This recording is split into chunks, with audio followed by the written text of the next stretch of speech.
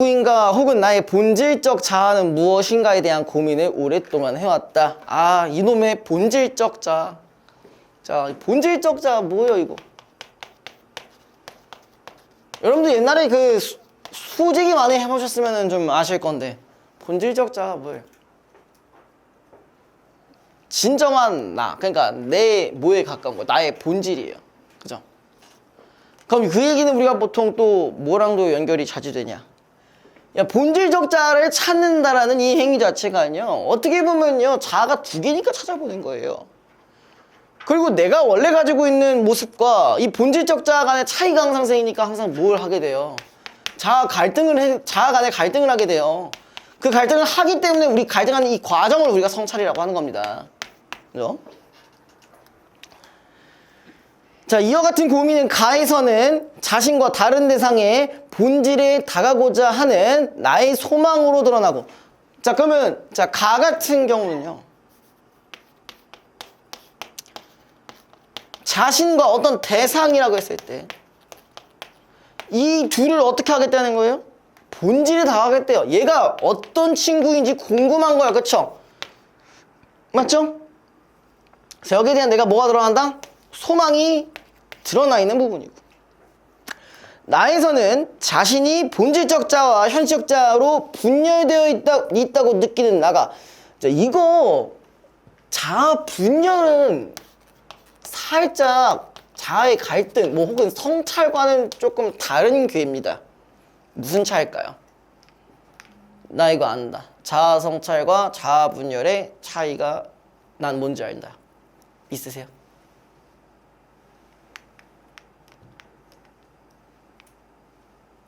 자, 분열은 말 그대로 뭐예요? 분열이 뭐 다 무조건 정신병이에요? 아니, 그냥 사전적 의미로 얘기를 해보자. 말로 맞아요. 그 본질에 가까운 정답이긴 해요. 맞아요. 근데 분열이라는 것 자체가 어쨌든 뭐야, 뭔가가 나눠지는 건데, 자, 분열은 나눠지는데 구분이 돼요, 안 돼요? 안 돼요. 그쵸? 분열이 됐다라는 거. 여러분들 많이 그 쓰는 거 있잖아요. 세포 분열. 세포 분열하면 염색체가 동일하지 않아요? 보통? 아닌가? 난 과학 잘 모르는데 어쨌든 그렇지 않아요? 이과 하신 분? 자아 분열도 마찬가지야. 자아가 나눠지는데 어떤 게 나인지 모르겠어. 어떤 게 나인지가 모르니까 뭐가 찾아와? 혼란이 찾아와요. 혼란이 찾아와요. 이상의 거울이라는 작품이 혼란이 들어가 있는 부분은 정확히 뭐예요? 띄어쓰기가 없는 부분들인 거죠. 얘가 무슨 말을 쓰는지 자체를 몰라. 그냥 내가 누군지 몰라. 난 어디, 여긴 누구? 뭐라는 거예요? 여긴 어디, 나는 누군데요? 그런 차이예요. 이상 작품이 거울뿐만 아니라 다른 작품에서도 마찬가지 저런 부분들이 있습니다. 그죠? 특히 날개라는 작품에서도 그렇고. 처음 들어봐요? 날개? 그러네요. 모을 수 있어요. 그런 거 어떤 거냐면, 날개에서 예를 한번 들어보자면요, 얘가 막 감기 같은 게 걸렸는데 이제 아내가 감기약을 줬어요. 근데 자기는 수면제라고 착각하는 거야. 이 씨발 나 죽이려고 드나? 일단 그거 자체가 나에 대한 뭐가 없는 거야. 확신이 없어요. 아니, 이게 감기약인지 수면제인지 씨발 모르겠는 거야. 그런 것도 있고요. 그 다음에 얘가 어쨌든 결론적으로는 이제 마지막에 이제 미스코시 옥션까지 올라가는데, 걔가 지금 날개가 돋아 있는지 안 돋아 있는지 이것도 몰라요. 이제 날아보자 말하면서 마무리가 되거든요. 아니, 일단 그거부터가 제정신이 아니잖아. 그쵸? 앞에서부터 계속 아스피린? 무슨 뭐? 아달린. 네, 아스피린이 이제 감기약이고 아달린이 이제 수면제. 방금도 누워가지고 거기서 아스피린, 예. 아스피린 이러고 있는 것도 제정신이 아닌 것 같기도. 그리고 일단 그 감기약 대충 갖고 가서 이제 공원 벤치에 쳐 누워가지고 막 자고 막 고지랄 떨고 있었잖아요. 어쨌든 자신에 대한 확신이 없어요. 또 이상 작품 중에 뭐가 있냐면요. 수필입니다. 수필 중에 권태라는 작품도 있습니다. 권태가 뭐예요? 권태기 아시죠? 권태기가 뭐예요? 뭘 해도 재미가 없고 의미가 없고 무의미하고 이런 거잖아요. 아, 권태기를 아무도 안 겪으셔보나 보네요. 아니 화라도 내. 진지하니까 슬프잖아. 권태기도 안 겪고 아유 많이 겪어봤죠. 저는 이전에 뭐 8년 사귀었던 그 분단한테는 권태기가 한 3년 있었고요. 3년 있었고. 그래도 뭐 제가 연애는 그래도 1년에서 2년 정도 합니다만 그래도 한 1년 반쯤 지나가면 슬슬 생기더라고. 뭘 해도 재미가 없고 뭘 해도 나만 쓰레기야. 예. 아무튼 그 권태가 뭐냐면요. 그 작품에서의 권태는 뭐냐면은 자신이 살고 있는 삶이 너무나도 일률적이고 맨날 똑같고 그러다 보니까 삶이 재미가 없다는 거예요. 물론 거기는 자아분열이라고 하긴 좀 그런데 이게 자신이 일단 무의미하다라는 생각을 하고 있는 것 자체가 이제 자아분열의 가능성을 가지고 있을 수 있는 거죠. 여러분들이 무의미하다고 생각할 때가 언제예요? 무의미해. 여러분들이 수능 보고 나시면 이제 어쨌든 공부를 다 어쨌든 여러분들이 공식적으로 알려져 있는 공부는 이제 다 하신 거잖아요. 그럼 이제 어때요? 아씨 내가 초등학교 때부터 12년 동안 공부한 거 존나 무의미해. 그러면서 이제 처음에는 막 열심히 놀아. 막 게임, 나 여태 안 했던 게임 존나 해봐야지 하면서 이제 우리 유태웅 씨는 FM을 한 달 동안 집에서만 하고 막 잘했어요.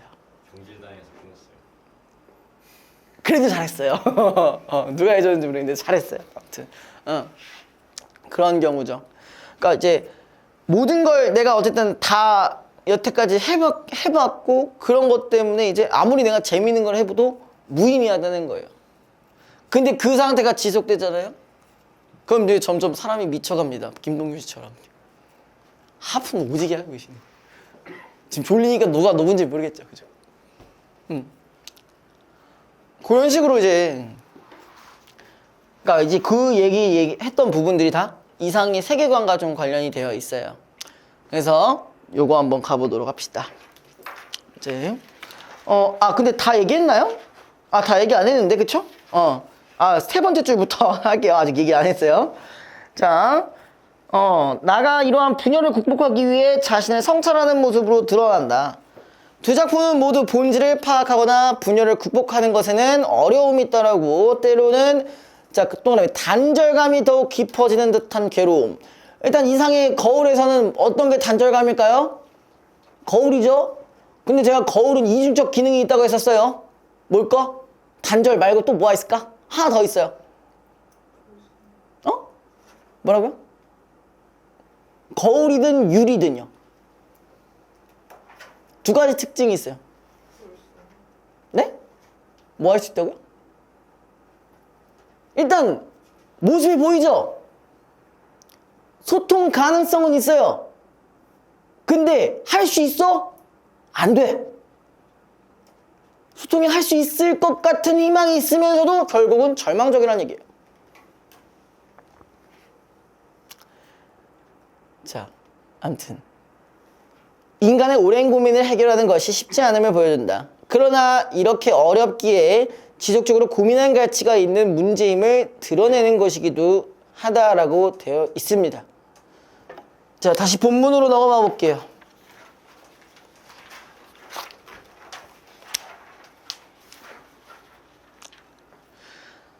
일단 내용부터가 아주 짜증이 나네요. 뭔 놈의 오렌지가 이렇게 많이 나와. 자, 첫 번째 볼게요. 오렌지에 아무도 손을 댈 수는 없다. 오렌지는 여기 있는 여기서 여기 있는 이대로 밑줄 쳐주시고요. 그럼 이게 뭐라는 거예요? 어떤 의미라는 거예요? 네? 본질적 의미라는 얘기죠. 그죠? 본질적 의미. 그죠? 더도 덜도 안 되는 오렌지다. 그럼 여기서의 일단 오렌지가 제가 아까도 얘기했었지만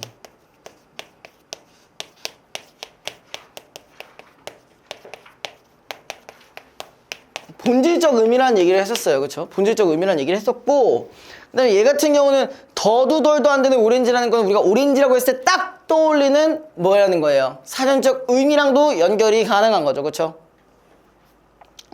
근데 자, 이번엔 내가 보는 오렌지가 뭐라고 있대요? 나를 보고 있대요. 그러면 내가 오렌지를 보고 있는 것뿐만 아니라 오렌지도 나를 보고 있어요. 뭐가 확장이 된 거예요? 인식이 확장이 된 부분이에요. 그쵸? 그럼 오렌지가 나를 보고 있다는 부분을 통해서 이제 나도 뭐의 가능성이 생기는 거예요? 이러한 가능성이 생기는 거죠.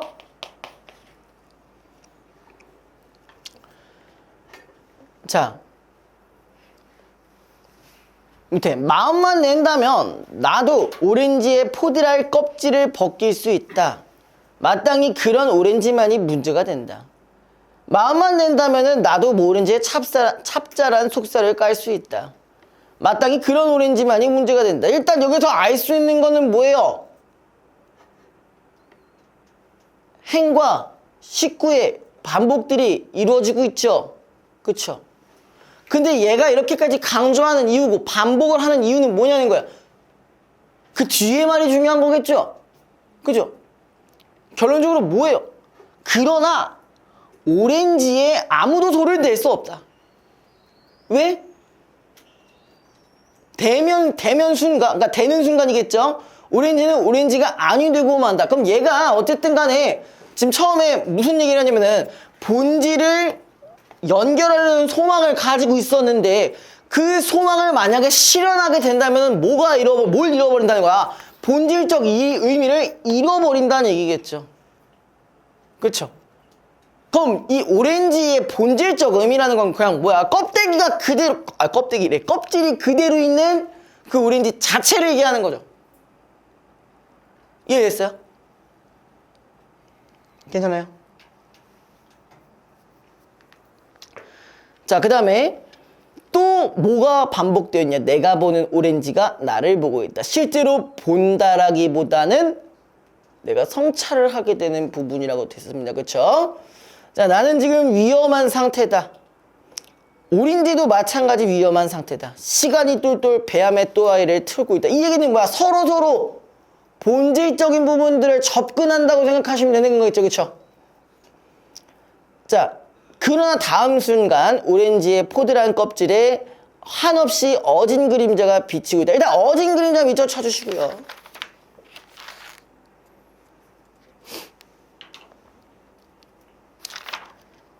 자, 어진 그림자가 비치고, 자, 근데 여기서 얘는 이 어진 그림자는 어떤 의미로 생각하면 될까요? 일단 어지니까. 긍정, 부정으로 나누면. 긍정으로 봐주시는 게 좋겠죠. 그죠? 긍정으로. 혹시 어진이라는 말 뭔지 모르시는 분 있어요? 임금님이 어진 행동을 하신다. 뭐야? 누구나 본받을 만한 행동을 한다. 좋은 행동을 한다. 스플래시 데미지 맞은 것 같은데 유태영 씨도 지금 어지다라는 말 몰라셨어요? 뭐 신기하네요. 그러니까 예, 그럴 수 있죠. 약간 그거예요. 자꾸 이제 시간이 흐를수록, 그러니까 제가 이 일을 지금 거의 이제 10년 넘게 하는데 이게 흐르면 흐를수록 여러분들의 어휘력이 점점 떨어지고 있는 것을 보면서 네, 씁쓸함을 느낍니다. 그래서 옛날에 수업할 때랑 지금 수업할 때랑 방식이 좀 많이 달라요. 옛날에는 어휘를 모른다 했을 때 그걸 왜 몰라 이 새끼야? 너 지금 하는 거 아니에요? 그랬는데 지금은 괜찮아. 그걸 몰라도 알 수 있는 방법으로 하겠다. 이게 바뀌었어요. 옛날에 여러분들 한 5년 전이었으면 쌍욕 먹었어요. 이거 어떻게 모를 수가 있냐고. 지금은 뭐 그럴 수 없으니까. 이게 뭐예요? 약간 어지럽다 이런 뜻 아니었어요? 어지다가? 어진 인간. 그것도 뭐야? 어질지 못한 행동. 그럼 어지럽지 못한 행동이냐? 어지럽지 못한 행동이야? 내가 휠인드라도 해? 내가 무슨 바바리안도 아니고 5년 전이었으면 바로 오라 했어요. 근데 지금은 네, 그렇지 않은 분들이 많다 보니까 이제 그러한 집단들이 많아진다는 얘기는 그게 이제 기준이 된다는 거죠. 그죠? 그게 이제 정상인의 기준이 된다는 거죠. 이제 예, 옛날에는 그런 사람이 비정상이다. 지금은 그게 정상이다. 예. 씁쓸하죠. 예. 괜찮아요. 여러분들까지는 아직 참만해. 조짐도 모르는 친구들을 어떻게 가르쳐야 되나라는 생각이 이제 듭니다. 예. 조짐은 내가 많이 얘기했잖아요. 그죠? 조짐. 아무튼 그럼 여기서 아까까지는 나도 그렇고 오렌지도 그렇고 서로 탐색하기 어렵다고 했었는데 다행히도 밑에 어진 그림자가 비치고 있다는 거는 우리는 그램에도 불구하고 탐색할 수 있는 서로의 본질을 탐색할 수 있는 성찰할 수 있는 그런 가능성이 보인다는 얘기죠. 그리고 그거를 지금 뭐라고 돼 있냐, 그러나라고 한 번 더 얘기를 하면서 뭐야, 시상의 전환이 이루어지고 있죠. 그럼 이렇게 되는 거죠. 분위기를 정확히 갖고 간다면요, 처음에는 본질을 캐고 갈 수 있는 소망을 했다가 그랬는데 그럴 수 없다는 걸 인지하고 그 다음에 다시 그러나라는 또 부분을 통해서 그래도 가능성이 있다 라고 바꿔주시면 되겠죠. 자, 그 다음에 두 번째 나 작품. 자, 아까도 말씀을 드렸지만 자, 이건 거울이라는 작품이었죠. 거울이라는 작품이었고 제가 요거 얘기하면서 동시에 요거랑 관련된 어떤 유리도 있을 수 있다고 했잖아요. 근데 이 둘은 공통적인 특징이 다시 한번 뭐라 했다? 뭐가 가능할 수 있다? 소통의 가능성은 있다.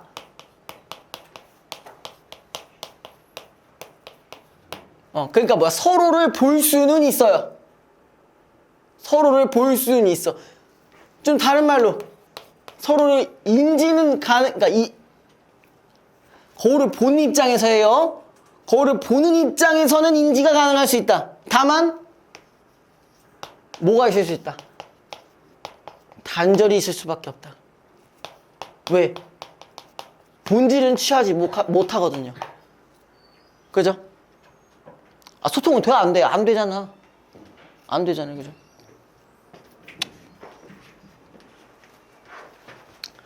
자, 요거는 그래도 좀 여러분들이 익숙한 내용일 수 있어요. 나 이거 처음 본다? 있습니까? 엄마, 너 왜 이렇게 당당해? 나 근데, 신기하네요. 예. 김동률 씨는 알아요?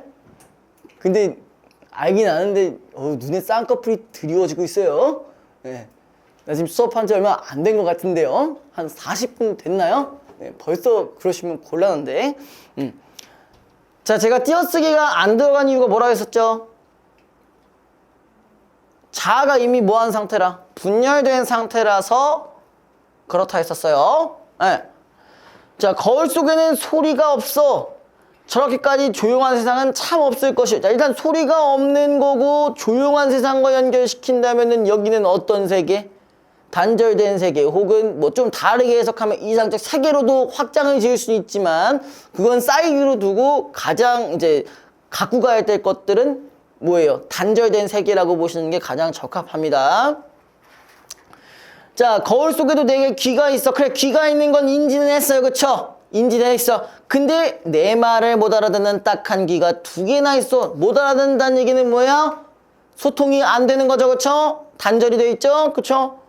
자, 그 다음에 거울 속에 나는 왼손잡이요. 왜 그럴 수밖에 없어? 내가 오른손잡이니까 이 거울에서는 반대로 보일 거 아니에요. 그쵸? 그 다음에 내 악수를 받을 줄 모르는, 이것도 마찬가지 물어볼 수 있는 거예요? 소통이라고 볼 수 있는 거죠? 이거 교류를 할 줄 모르는, 악수를 모르는 왼손잡이요. 자, 그 다음에 거울 때문에 나는 거울 속에 나를 만져보지는 못하는 구려많은. 자, 여기는 일단 만져보지를 못하는 거니까 마이너스 해주시고요. 근데 거울이 아니었던들 내가 어찌 거울 속에 나를 만나보기라고 했겠소. 자, 이건 그냥 이거 연결하면 끝이야. 처음에 나왔던 이거 연결하면 끝이야. 이거 그냥 연결하면 똑같아. 현이 뭔 말인지 모르겠어? 괜찮아? 약간 표정이 모르는 거야? 약간 이런 느낌인데 이해 안 되시는 분 있어요? 호준이 괜찮니? 너 오늘 6시에 왔니? 질문할 거 있었니? 이따 하시죠. 10시 끝나고. 자, 그 다음에 그럼 이 얘기는요, 보지는 못한다라는 부분에서 보지를 못한다는 부분에서 마이너스적인 부분들이 있는데 우리가 결론적으로 플러스적인 것까지 있는 거잖아요. 그렇죠? 그럼 이걸 이제 뭐라고도 볼 수 있나요? 이제 역설적인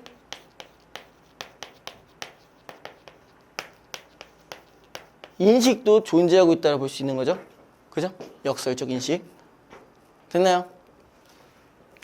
자, 그 다음에 나는 지금 거울을 안 가졌소만은 거울 속에는 늘 거울 속에 내가 있어. 그러니까 나라는 이 본질적 자아는 언제든 사실 거울이라는 매개체 없이도 언제든 존재한다는 얘기죠. 자, 잘은 모르지만 외로운 사업에 골몰할게요. 자, 그러니까 뭘 잘 모른다는 거예요? 나에 대해서 잘은 모르지만 외로된 사업, 이 외로된 거는 뭐냐면 외로운이라는 뜻입니다. 외로운 사업, 그러니까 나의 일에 그럼 여기서 외로운 사업이라는 게 뭘까? 외로운 일이라고 했어. 무슨 외로운 일? 뭐가 외로운 일일까? 내가 나를 성찰하는 일을 하는 거잖아. 그쵸? 거기에 골몰한다는 얘기는 난 뭘 열심히 하겠다는 얘기야. 자아 성찰을 열심히 하겠다는 거죠. 나에 대한 탐구, 혹은 나에 대한 성찰, 그런 것들을 골몰하겠다. 자, 그 다음에 거울 속에 나는 참 나와는 반대요만은 또 꽤 닮았어. 그쵸? 비슷하면서도 다른 부분이죠. 나는 거울 속의 나를 근심하고 진찰할 수 없으니 퍽 섭섭하오. 일단 얘가요, 나에 대한 근심을 하고 진찰할 수 없다는 이 말 자체가 이미 내가 지금 제정상이 아닌 거예요. 그죠? 정상이 아닌 거예요. 나에 대한 파악 자체가 안 되는 거예요. 네. 하여튼 그렇습니다.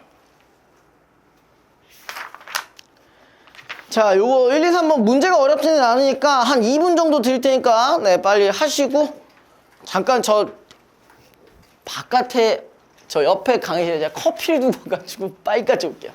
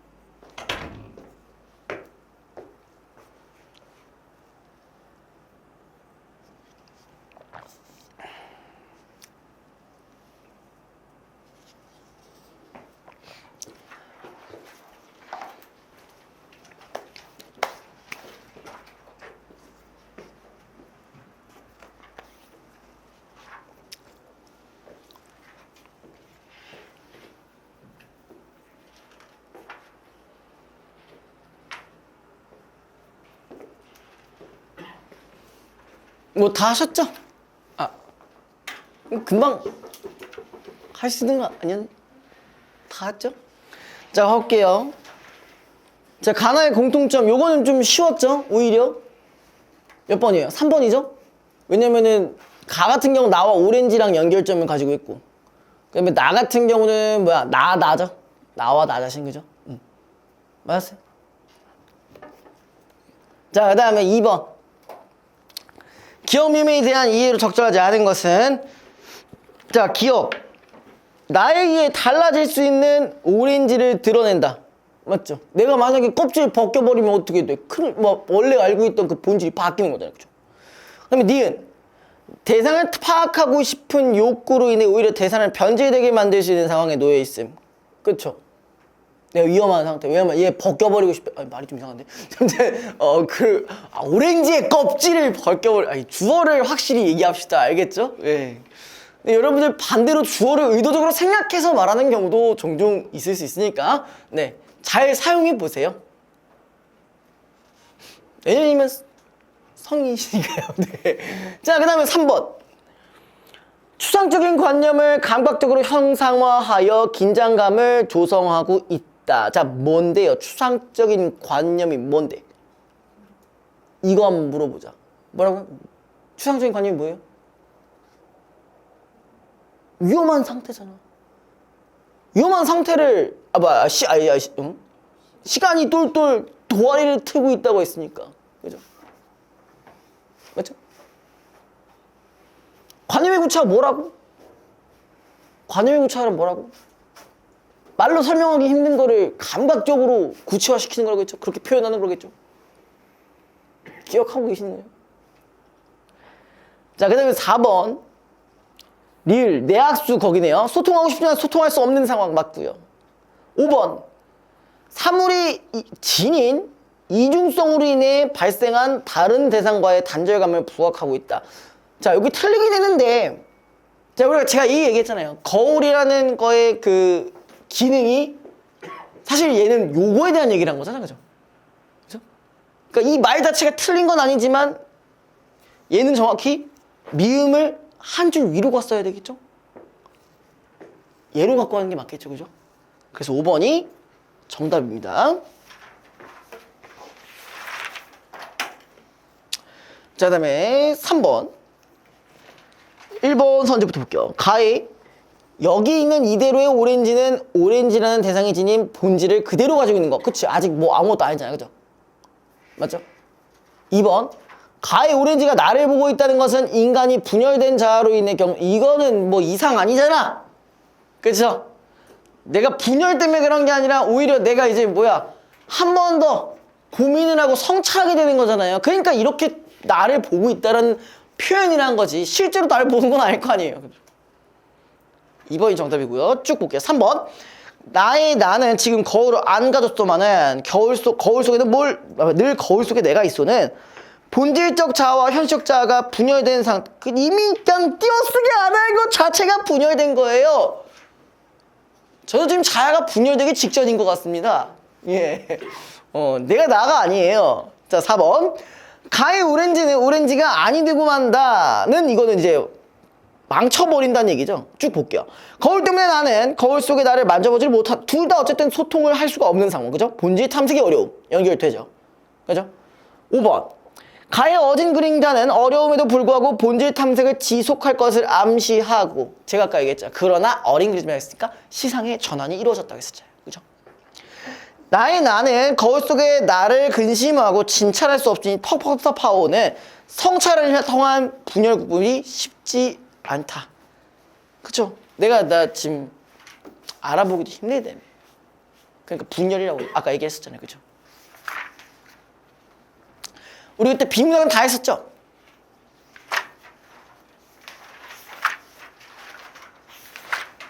자, 요거 22페이지 볼 건데요.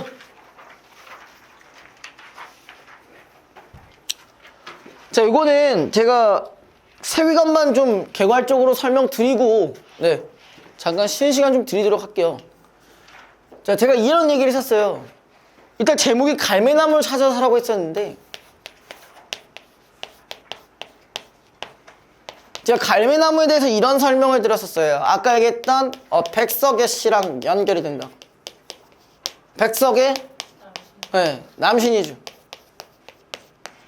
남신이주 유동 박시봉방, 이게 있는데요.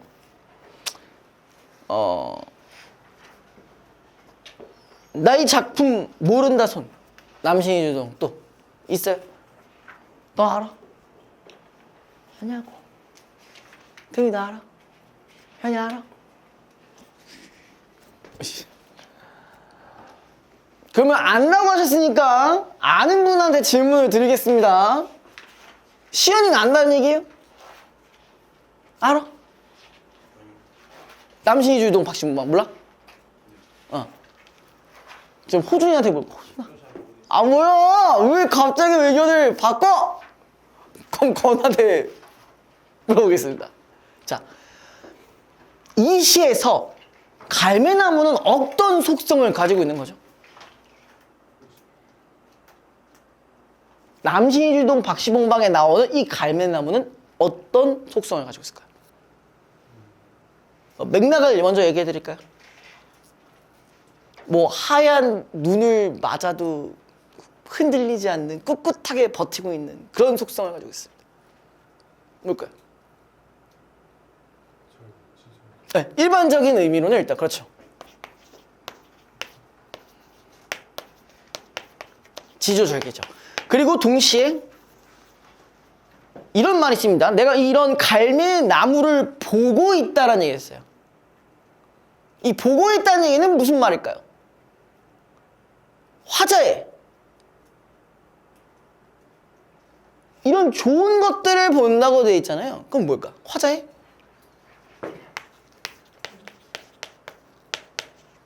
이상향이 되겠죠.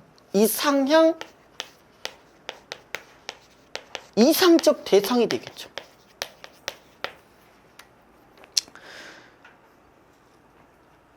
자, 보기 한번 읽어보고 마무리 지을게요.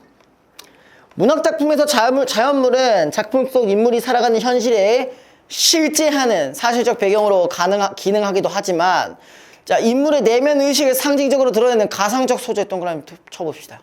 그 다음에 내면 의식 동그라미 쳐주시고요. 자, 내면 의식의 가상적 소재랑 연결을 시켜주면 어떻게 될까요? 일종의 이상향이 될 수 있는 거예요. 그렇죠? 우혁이 뭐 원하는 거 있어? 왜 없어? 그럼 뭔 재미로 살아? 아, 일단 수능이 끝나야 생길 것 같아요. 태용이 뭘 원하고 싶어요? 저요? 네. 하루 종일 게임하는 거? 아니면 조기 축구 회장? 바람이 없어요. 바람을 하고 싶다고요? 바람. 아, 바람이 없다고요? 바라는 게 없다고? 그럼 여자친구한테 바라는 것도 없다는 얘기인가요? 뭐라는 거야? 지금 아직 순항 중이시죠? 네. 아닌가? 있죠. 네, 순항 중이시죠. 자, 아무튼 갈매나무를 찾아서는 이러한 두 가지 유형의 자연물이 혼재되어 나타난다 했어요. 혼재되어 있다는 건 뭐예요? 보통 우리가 안 좋은 의미로 하는 말이 혼재예요. 혼란스럽게 같이 분포되어 있다가 혼재입니다. 네. 근데 일단 그런 내용인지 아닌지 좀 봐야겠죠. 작품 속에서 인물이 자신의 과거 경험들에 대해 가지고 있는 인식과 자신의 삶을 대하는 자세는 모두 특정 자연물을 중심으로 제시되고 있는데, 그럼 이제 자연물이라는 얘기는 과거 경험에 대한 인식, 그 다음에 자신의 삶에 대한 자세가 두 가지가 있다는 거죠. 이때 이러한 두 유형의 자연물이 각기 지니고 있는 속성과 함축적 의미가 서로 관련을 맺으면서 인물이 추구하는 삶의 방식이 우회적으로 돌아간다. 그럼 여기서 혼재는 전혀 나쁜 의미가 아니네요. 그죠? 혼재라는 말의 정확한 사전적 의미는 어떠한 규칙 없이 섞여 있다는 얘기입니다. 네. 규칙 없이 섞여 있다. 우리가 혼돈이라고 해서 무조건 안 좋은 건 아니에요. 그냥 플러스인지 마이너스인지를 모르는 거예요, 그냥. 네. 왜? 그런 거조차도 구분이 안 된다는 얘기예요. 그래서 혼란이라는 말, 혼돈이라는 말이 거기서 나오는 거거든요. 그래서 여러분들이 뭐 만약에 이세카이물, 이세계물 이런 거 보면 이제 가끔 혼돈 속성 이런 게 있단 말이에요. 얘는 근데 빛 속성도 얘를 싫어해. 얘는 당연히 싫어하겠지. 근데 암흑 속성도 싫어해요. 아니 씨발 쟤는 어디 편이야? 이런 느낌이에요. 네. 끝나고 많이 보세요. 네, 이세카이물 많이 보세요. 알겠죠? 전 옛날에 많이 봤어요. 요즘은 잘 안 보고. 요즘 현실을 살고 있기 때문에 저도 가끔 현실을 벗어나고 싶긴 한데 지금 그럴 수가 없어서, 현실이 너무 얽매여 있어서 어쩔 수가 없습니다. 그죠? 네. 당장 현실에 얽매여 있어가지고 여러분들한테 교재도 지금 제대로 못 주고 있어요. 너무 현실에 충실했어요. 자, 아무튼 여기서 잠깐 끊고 갈게요. 지금 20분이니까 40분에 진행하도록 하겠습니다. 네. 제가 오늘 여기서 까먹은 시간들은 제가 그 다음에라도 해서 아주 더 해서 하도록 할게요. 오늘 좀 늦게 끝날 수도 있고요. 아, 늦게 끝난 건 좀 그런가요? 내일 아침에 아침에 오셔야 되는데, 그죠? 자, 일단 이거 내신 분, 누구죠? 일단, 권우 아까 봤던 것 같고, 그죠? 받고. 거의 세 분밖에 없어요? 지금 보내. 항상 그래도 클리닉 때 나와서 여러분들이 푸는 그런 패턴이랑 이런 것들을 보면은 고개 하나씩 좀 아쉽지 않나. 그런 생각이 들고. 아무튼 그래요. 그것만 좀 잘 해줘도 사실 문학에서 틀릴 일은 거의 저는 없다고 보는 입장이라. 네. 봐볼게요. 어제 우연히 책 정리를 하다가 보니 낯익은 배경을 두르고 윤정이의 어깨에 팔을 걷들인 채 다전스레 찍은 사진이 발등에 떨어졌다. 전 여친인가? 동이 왜 이렇게 끄덕이지? 자, 그 다음에 둘은 너무나도 환히 웃고 있었는데 특히 이마가 초가집 지붕선처럼 푸근하고 서늘했던 그녀. 우리에게도 이렇게 환한 웃음이 깃들은 적이 있었던가. 그는 갑자기 콧마루가 시큰해져 왔다. 자, 요거는 뭐 대충 둘 중에 하나일 거예요. 전 여친이거나 아니면 지금 사이가 별로 좋지 않은 부부 사이인가 뭐 둘 중에 하나일 겁니다. 그죠? 그리고 둘 뒤에 이파리 무성한 갈매나무가 눈에 띄었던 것이다. 그 갈매나무만 아니었다면은 두연이 불현듯 출판사에 지독한 몸살이라는 전화를 넣고 이렇듯 아름다운 지옥을 향해 실성한 사내처럼 마음만 급해 허둥지둥 비바람 부는 들판을 가로질러 가고 있진 않았을 것이었다. 근데 그놈의 갈매나무가 뭔지 아직까지는 뭐 명확한 의미가 드러나지는 않았다고 볼 수가 있겠네요. 그쵸?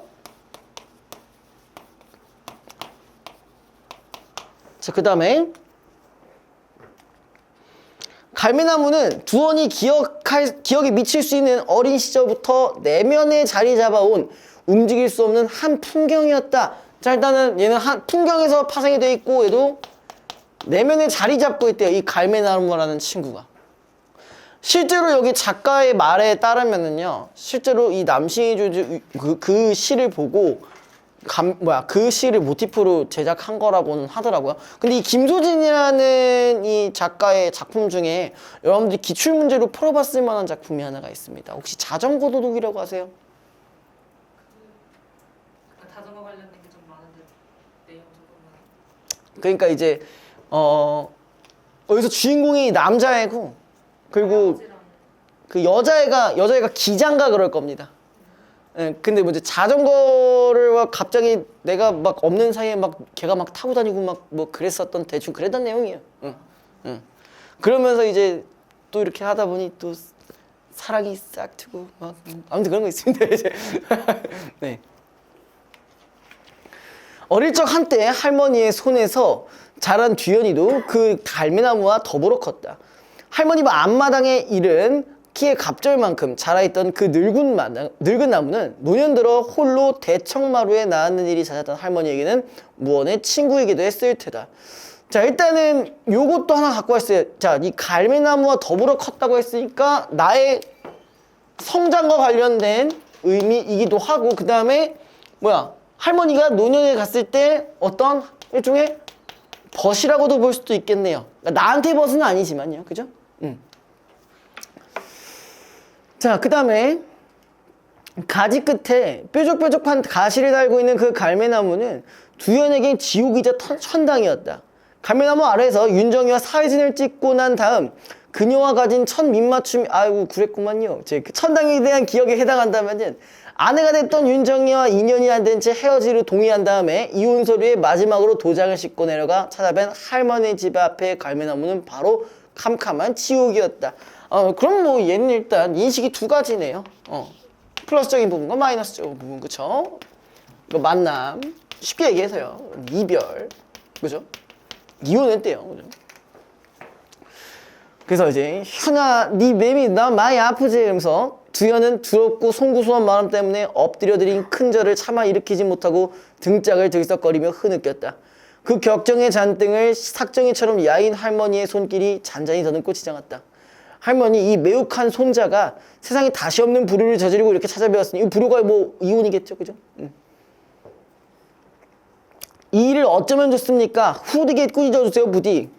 아유 꾸짖긴 눌러. 그 어림도 엎드려. 네가 아프면 날 찾아야지. 그럼 누굴 찾아? 그럼 어떻게 보면 할머니는 뭐야? 이 손자에 대한, 이 가족에 대한 사랑을 하고 있다라고 알 수 있는 거죠. 그죠?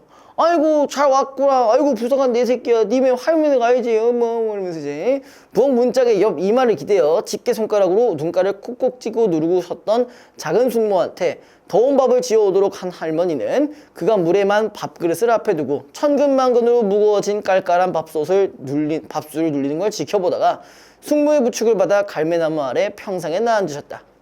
그러고는 등을 돌린 채 눈물을 지으셨다. 두현은 밥이 아니라 눈물을 떠놓고 씹었다. 아유 지집한테 끌려온 가시는 오래가는 뱀인데, 그러니까 이제 여자한테 받은 상처는 오래 간다 뭐 이런 얘기겠죠. 동균아. 아무튼 자, 할머니가 갈매나고 우둔집게를 망연자실한 눈길로 쳐다보며 중얼거렸다. 그러자 그도 어릴 적 겁도 없이 갈매나무에 오르려다가 가시에 찔려 떨어졌던 기억이 났던 것이다. 아마 할머니도 그때 기억 때문에 더 북받치고 시시는 것일지도 모를 일이었다. 눈물이 그렁그렁한 어린 손자의 손바닥에 깊숙이 박힌 가시를 입김을 몇 번이고 호흡 불어가면서 빼줄 때 해주던 할머니의 말씀이 세상무록의 1인 엊그제 1인양 생생할 뿐이었다. 자, 잠깐 여기 이 갈매나무에서 파생되어 있는 애가 가시라는 그 소재가 하나 있었는데요. 자, 이것도 마찬가지 두 가지 속성이 혼재되고 있는 거죠. 그렇죠? 맞죠? 가시를 통해 일단 이 두현이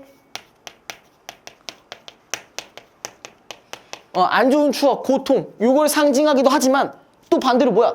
그 가시를 빼주면서 누구의 사랑을 느끼게 할 수 있었던 소재였어요. 할머니의 사랑을 동시에 느끼게 할 수 있었던 소재였습니다.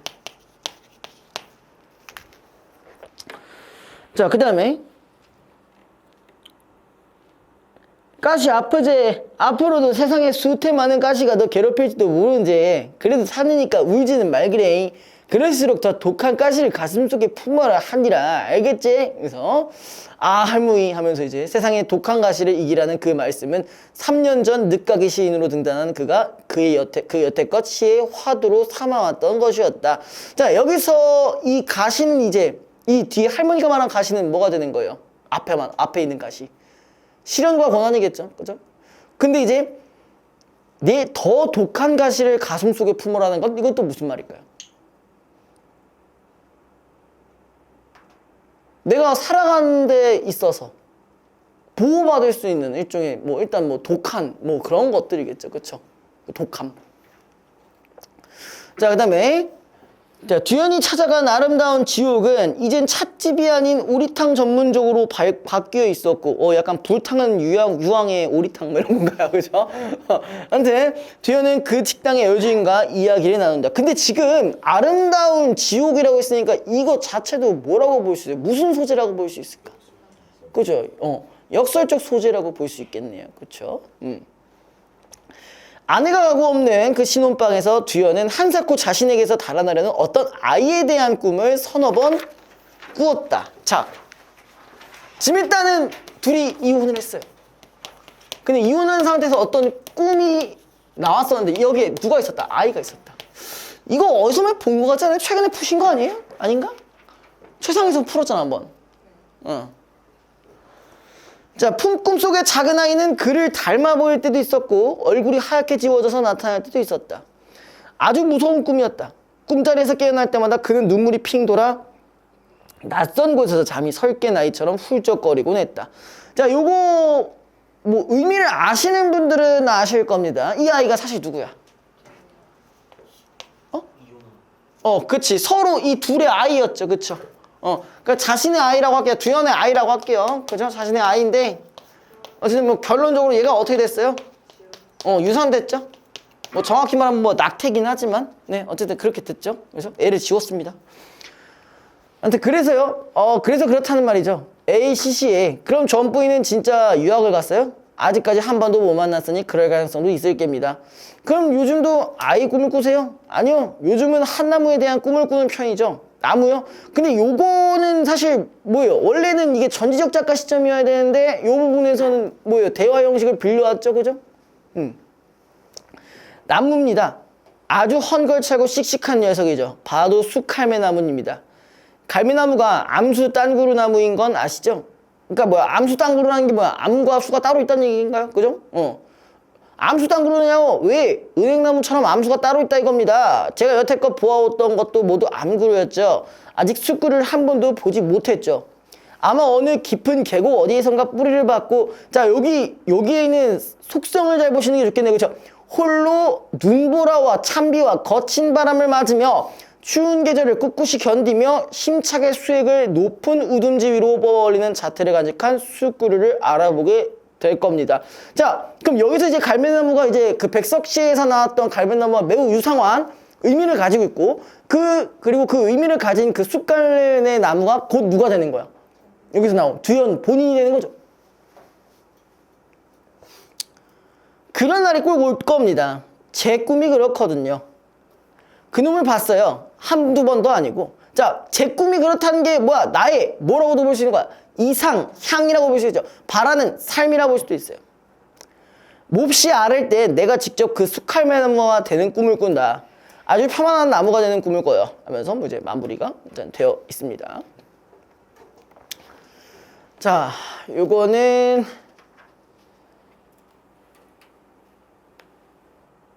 3번이랑 4번 볼게요. 3번부터 봅시다.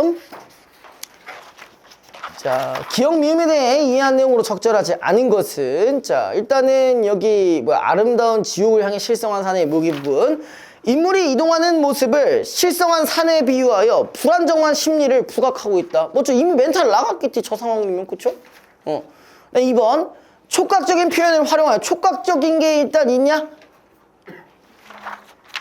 촉각적인 거. 손길이 잔잔히 더듬고 지나갔으니까 이거 촉각적인 게 있긴 하죠. 그죠? 그 다음에 상대를 위로하고자 하는 인물의 마음. 뭐 할머니니까 그런 부분이 있겠죠. 얘 울고 있는데 해줬으니까. 자, 그 다음에 디귿이 눈물을 떠놓고 있었다. 밥을 마치 눈물인 것처럼 여기는 발상을 바탕으로 인물의 무거운 마음을 부각하고 있다. 또 맞고요. 자, 그 다음에 꿈 부분 리을이죠. 낯선 곳에서 잠이 덜 깬 아이에 빗대어 인물이 처한 상황에 따른 서럽고 무서운 심리를 나타내고 있다. 맞죠? 그러니까 애가 얼굴이 없어서 없게 나오면 당연히 그럴 수밖에 없죠. 그죠? 5번 대상의 외양을 구체적으로 묘사하여. 자, 일단 여기만 끊고요. 야, 이 외양이 있냐 일단? 있죠. 그쵸? 자, 근데 상대가 자신의 가치를 알아주기를 바라는 마음, 인물의 마음, 상대가 알아주길 바라는 게 아니라 그냥 여기서도 꿋꿋이 견디고 있는 거잖아요. 그쵸? 그래서 5번이 틀렸습니다. 자, 4번 볼게요. 4번은 우리가 보기를 읽었으니까 선지로 바로 볼 건데, 1번 두현이 사진을 보며 소금마루가 시큰해지는 것을 느끼게 만든 이파리 무성한 갈매나무는 두현에게 뭉뜩 과거의 시간을 떠올리게 하는 사실적 배경. 맞죠? 그 다음에 2번 두현이 자신의 내면에 자리 잡아온 그 갈매나무를 지옥이자 천당이라고 여기는 것은 두현에게 그 갈매나무가 사랑과 이별이 상반된 경험이 공존하는 이중적 대상. 맞죠? 역설이라고 했으니까. 그죠? 3번 두현이 윤정과 헤어진 뒤 찾아간 할머니 집 앞의 갈매나무는 가시에 찔려 떨어졌던 어린 날의 기억을 상기하게 하여 두현이 현재 겪고 있는 심적 아픔을 유발하는 게 아니라, 잠깐만, 실질적 원인이 일단 아니잖아. 그쵸? 실질적 원인은 이별에서 그렇게 된 거 아니에요? 그래서 3번이 정답이고요. 4번 두현이 더 독한 가시를 가슴속에 품어야 아픔을 이길 수 있다는 할머니의 말씀을 시 화두로 삼았다는 것은 두현이 갈매나무 가시에 함축된 역설적 의미에 주목한 삶의 자세를 추구하고 있음을 드러낸다고 볼 수도 있다. 맞죠? 그 다음 5번 두현이 추운 계절을 꿋꿋이 견디며 서 있는 수칼매나무에 대한 꿈을 계속 꾼다는 것은 현실의 아픔에 정면으로 맞서 나가고자 하는 두현의 내면 의식이 가상적 자연문을 통해 우회적으로 드러나는 것. 그것도 얘의 삶의 지향점이니까 그렇게 볼 수는 있겠죠.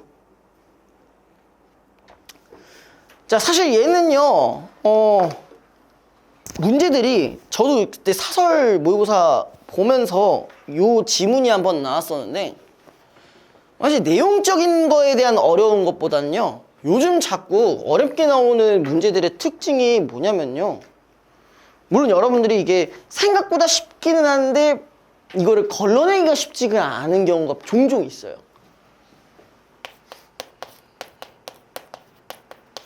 요즘 서술상 특징이나 표현상 특징 은근히 자꾸 어렵게 나오더라고요. 그때 당시 그 봤었던 문제가 뭐였냐면은 그 뭐야 부인이 낙태한 뭐 어쩌고 그런 얘기가 이제 대화에서는 알 수가 있었거든요. 근데 여기서는 이게 조금 더 추가가 돼서 나왔었단 말이에요. 그 부인과 대화했던 그런 부분이 그게 나왔었는데 이제 실제 선지에서는 뭐 그냥 아이가 뭐 가상의 인물로 뭐 어쩌고저쩌고 설정되다 뭐 이런 식으로 나와가지고 그 부분이 틀렸다로 나와 있거든요. 근데 이게 가상의 인물이 아니라 실제로 있긴 있었던 인물이잖아요. 그렇죠? 맞죠? 물론 없어지긴 했지만 있다 없어지긴 했지만 존재했던 인물이기 때문에 네, 그런 식으로 문제가 나오기도 하니까 네, 그런 것만 좀 조심해 주시면 될 것 같아요. 자, 그 다음에 이제 어디를 할 거냐면요.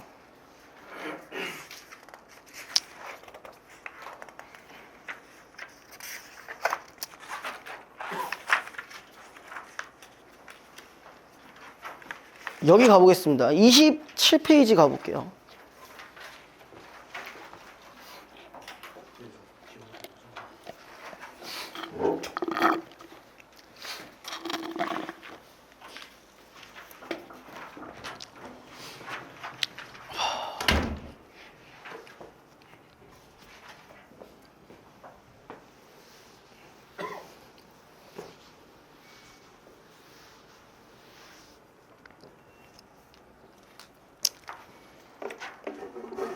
자, 봅시다. 자, 초음파는 사람이 들을 수 있는 주파수보다 높은 주파수를 가지는 음파다. 이를 이용한 초음파 진단기는, 그러니까 이 얘기는 결론적으로 진단을 한다는 얘기죠. 초음파 진단기, 신체에 탐촉자를 대고 초음파를 발생시킨 뒤 인체 조직을 통과하는 초음파 빔 중에서 자, 되돌아오는 신호를 수신하여 영상으로 변환해 화면에 나타내는 기기이다. 자, 그러면 이 얘기는 자, 초음파 진단기의 원리가 대략적으로 이런 것이라는 거죠. 뭘 한다고? 초음파 내보내는데 여기서는 되돌아오는 신호를 기반으로 합니다. 되돌아오는 신호. 요거 정도는 갖고 가시는 게 좋습니다. 초음파는 소리의 파동이기 때문에 전파되기 위해서는 매개체, 즉 매질이 필요하다. 매질의 특성에 따라 초음파의 전파 속도에 차이가 나며 동일한 매질 내에서는 동일한 전파 속도를 가진다. 자료일은 매질별 초음파의 전파 속도와 음향 저항을 나타낸 표이다. 자, 우리가 여기서 매질에 대한 이해를 먼저 안 하셔도 다행히 여기에 표로 나타나 있습니다. 그죠? 그럼 요러면 조금 안심하고 보셔도 돼요. 근데 여러분들 그런 거 있잖아. 여기서 매질, 매질? 뭐였지? 하면서 이제 이해를 먼저 하려는 그런 부분들이 있는데, 그거는 연습 때는 이렇게 하셔도 되는데요. 우리가 실전에서 풀 때는 그렇게 하시면 안 되겠죠. 그쵸? 그럼 얘는 적어도 이렇게 나왔을 때 그게 관련된 어떤, 설명이 또 있겠다라고 생각하고 보세요. 자, 인체는 대략 65%가 수분으로 구성되어 있어 평균적인 전파 속도가 1540과 유사한 값을 갖는다. 그러니까 이 얘기는 뭐예요? 물과 유사하다는 얘기죠. 그죠? 뼈 조직에서의 전파 속도는 4080으로 가장 빠르고 대부분이 공기로 채워진 폐에서의 전파 속도는 가장 느리다. 전파 속도는 통과하는 매질의 차적 탄성. 잠깐만, 뭐가 나왔어? 이거. 관계성 나왔네요. 그쵸? 얘가 차적 탄성률에 비례한다고 했으니까, 그죠? 요 관계식 하나 한번 갖고 가시면 되겠네요. 그쵸? 그 다음에 매질의 밀도에 반비례한다. 이것도 갖고 가야 돼요. 이렇게 하나, 밑에 거 하나 이렇게 갖고 가시면 됩니다. 자, 탐축자에서 송신한 초음파 빔은 인체 조직을 통과하면서 조직의 경계면에서 반사되거나 조직 내에서 산란되어 되돌아오는데, 초음파 진단기는 이러한 반사파나 산란판을 이용한다. 음향 저항이 서로 다른 두 조직의 경계면에 초음파가 입사되면은 일부는 반사되고 나머지는 투과된다. 음향 저항은 음파에 대한 매질의 저항을 의미하는 거죠. 이게 어디 있어? 표에서 세 번째 부분에 있죠? 음양 저항, 그쵸? 여기 있죠. 자, 근데 매질의 밀도와 매질의 전파 속도를 곱한 것으로 결정된다. 자, 그러면 하나 더. 자, 음양 저항. 여기 관계식이 좀 자주 나오네요. 얘는 뭐랑 뭐를 곱해주면 된다고요? 밀도였나요? 밀도랑 뭐였죠? 속도네요. 밀도와 속도.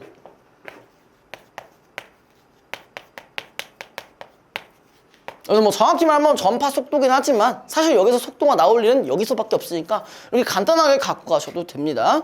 물론 제일 중요한 건 이런 방법이 본인한테 맞으면 적용을 하시면 되고요. 그게 안 되시면 뭐 이거 내가 죽여도 내가 때려 죽어도 이렇게 기호 잘 못하시겠다 아니면 간단하게 못하겠다 하면 본인 방법대로 쓰시면 됩니다. 알겠죠? 자, 그 다음에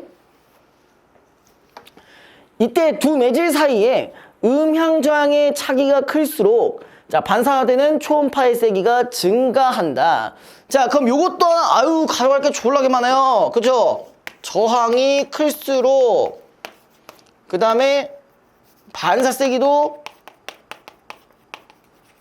커진다. 그죠? 요렇게 갖고 가시고요.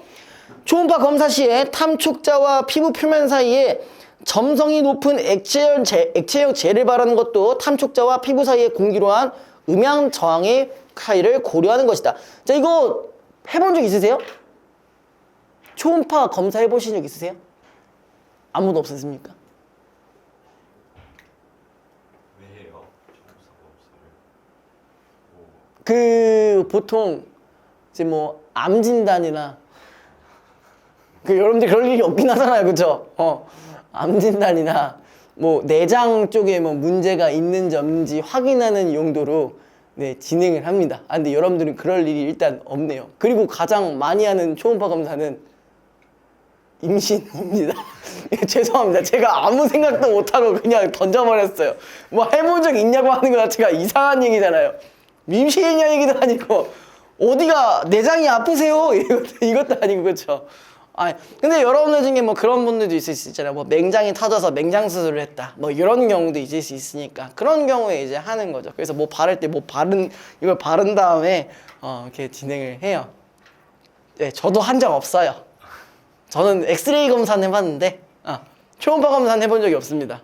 네, 뼈 부러져가지고 검사를 한 적이 있어요. 양팔이 부러져 본 적이 있어가지고. 양팔이요? 네, 양팔이 무너졌다. 양팔이요. 그 어떻게 이걸 막 어떻게 했죠? 뭐 일단 그래가지고 제가 어쨌든 고등학교 때 그래가지고 어쨌든 다 급식 먹으러 가는 거 아니에요, 그쵸? 급식 먹을 때 이제 어쨌든 여기는 깁스로 돼 있으니까 어떻게든 두 개로 잡아가지고 네, 잘 갔습니다. 네. 먹는 것도 어떻게든 먹었어요. 네. 안 먹어야 됐어요. 전 제가 그거 안 좋은 일이 있어요. 학창시절 때 안 좋은 일이 있어요. 장난이고. 근데 그러니까 그것도 한두 번이지 계속 하면 내가 눈치 보이잖아요. 무슨 무슨 제 따까리도 아니고 좀 그렇잖아. 그래가지고 어떻게든 내 힘으로 해보겠다 하면서 저 이러고 가지고 그나마 다행이었던 거는 제가 다친 부분이 여기랑 여기여가지고 여기는 괜찮았단 말이에요. 요 힘으로 이렇게 받아가지고 이쪽에 다 힘 다 있잖아요. 이쪽 부근에 이렇게 해가지고 이렇게 이걸로 잘 지탱해서 네, 숟가락도 이걸로 해서 네, 그랬습니다. 네. 근데 진짜 양팔 다치고 나니까 그게 어그로가 그렇게 잘 끌렸는지 학생들이 그렇게 쳐다보다녔어요. 양쪽 팔. 그 양쪽 팔이면 나 같아도 한 번쯤은 쳐다볼 것 같긴 해요. 그죠? 네. 뭐 어쨌든 그렇습니다. 자, 그 다음에 아무튼 이 젤을 바르는 거 근데 하필 기억이라고 지금 표시가 되어 있어요. 그죠? 그럼 이게 뭘 위한 거라고 나와 있어요? 음향 저항의 차이를, 그러니까 공기로 인한 저항의 차이를 고려했다는 거잖아요. 그쵸? 여러분들이 여기서 봐야 될 거 저항의 차이만 고려한다는 것만 갖고 가지 마시고요. 공기로 인한 음향 저항의 차이를 고려했다는 걸 꼭 갖고 가셔야 돼요. 알겠죠? 그러니까 이게 문제가 어떻게 나올지는 모르겠지만 여러분들이 실제로 이제 접할 때 어떻게 나올지 모르겠지만 옆에 있는 것까지 한번 고려를 하신다면은 사실상 문제 풀 때 조금 더 도움이 될 수 있습니다. 자, 그 다음에 음파의 반사는 왜 이렇게 많이 나오니 이 반사. 뭐랑 영향도 뭐의 영향을 받는다. 입사각의 영향도 받는데요. 그쵸? 그 다음에 입사각은 입사되는 초음파와 법선이 이루는 각도를 말하는데 표면이 평평한 두 매질의 경계면에 초음파 빔이 입사할 경우 법선을 기준으로 입사각과 반사각을 같다. 그러니까 표면이 평평하면 당연히 같겠죠. 입사각과 반사각은. 그죠? 초음파 빔이 조직의 경계면에 수직으로 입사하면, 자, 지금 이번에 수직인 경우에요. 탐촉자로 돌아오는 반사파가 많아져서 초음파 영상이 명료하게 나타난다. 그러니까 수직으로 가면 갈수록 명료하다는 얘기죠. 입사각과 반사각이 같으면 뭐 이건 명료하진 않겠네요. 그렇죠? 자, 그 다음에 하지만 입사각이 커질수록, 즉 입사파와 경계면이 이루는 각도가 작아질수록 빔은 탐촉자의 반대 방향으로 반사되어 탐촉자로 돌아오는 빔이 적어져서 영상에 포함되지 않게 된다. 지금 뭐라고 나와 있어요? 입사각이 커질수록이라고 되어 있어요. 입사각이 커질수록. 너무 커지면 영상이 오히려 또 명료하지 않다는 얘기겠네요. 그렇죠? 그리고 또 짜증나게 뭐가 나왔어요? 옆에 표가 또 있어요. 표가 2개나 있어. 징그럽네요. 자료 2는 초음파가 조직의 경계면에 수직으로 입사한 경우에, 아까 우리가 수직이 어떻다고 했죠? 명료하다는 말이 있었죠? 그럼 옆에다 적어주세요. 명료하다는 말을 적어주세요. 기존에 있던 정보를 활용하시는 것도 매우 중요합니다. 그런 경우에 반사계수를 나타낸 표현인데, 자, 반사계수란 입사파 대비 반사파의 비율로, 자, 이 값이 1에 가까울수록 입사파 대부분이 반사됨을 의미한다. 자, 이게 방금까지가 뭐에 대한 얘기? 반사에 대한 얘기. 이번에는 두 번째 산란에 대한 얘기였어요.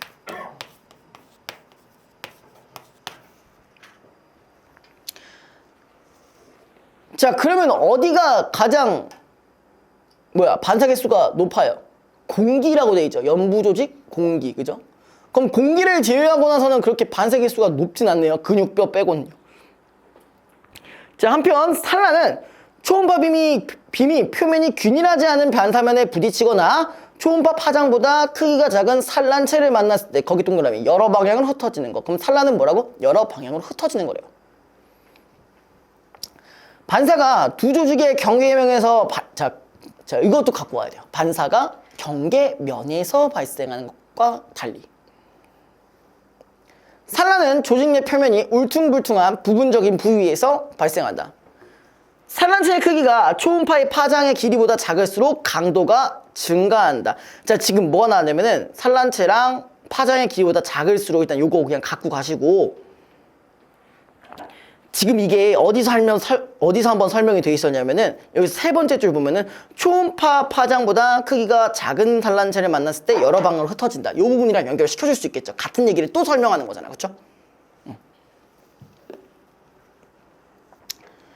자, 그 다음에 또한 산란 강도는 주파수의 4제곱 이런 거 안 봐도 돼. 뭐만 비례한다고만 보시면 돼요. 비례하네요. 비례하기 때문에 주파수를 높일수록 산란 강도가 증가하여 더 좋은 초음파 영상을 얻을 수가 있다.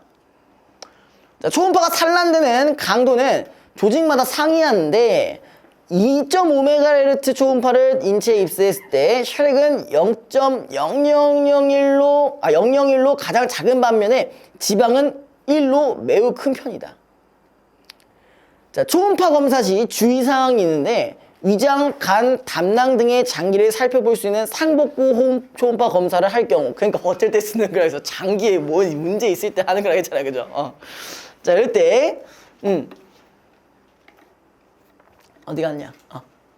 물을 포함한 음식물의 섭취가 소화내에게 장내 가스를 발생시켜 반사파가 증가한다. 그래서 혹시 이런 거 들어보신 적 있어요?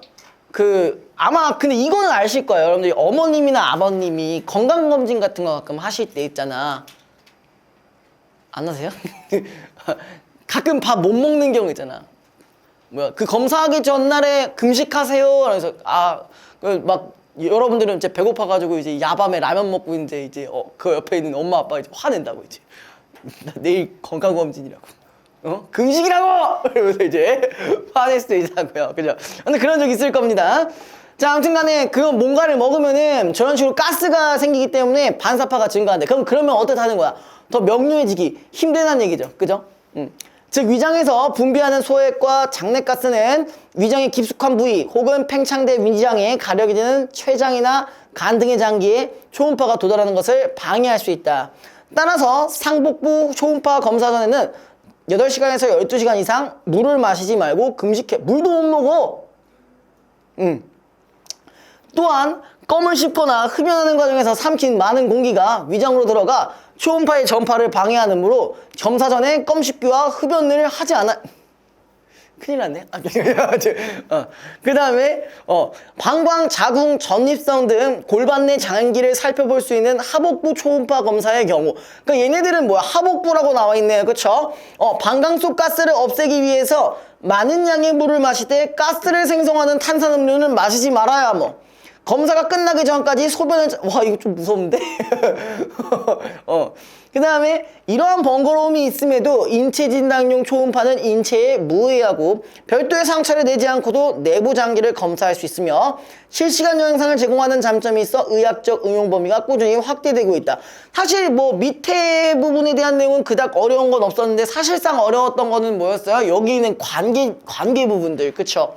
뭐 반사일 경우, 뭐 산란일 경우, 그때 뭐 비례되는 어떤 산란 강도라든지, 뭐 반사 각이라든지, 뭐 그런 것들을 좀 잘 보시고 접근을 해주셔야 된다는 거. 그리고 동시에 기억이라는 부분이 여기도 있었으니까 이거와 관련된 문제가 있겠죠.